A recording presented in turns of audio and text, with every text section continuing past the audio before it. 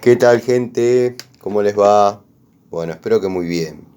Este es un nuevo videíto de Siciliano en su taller para hacer la presentación de lo que va a ser la charlita de hoy, de esta caja que compré allá en el año 91 a pagar 2 pesos por día, 2 dólares por día.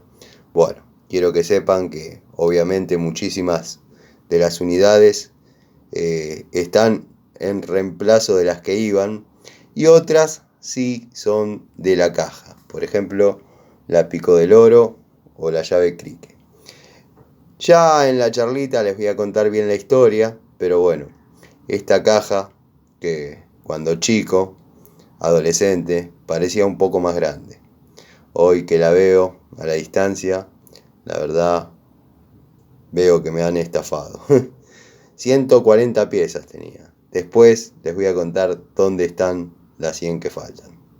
Los invito a una nueva charlita dentro de un rato.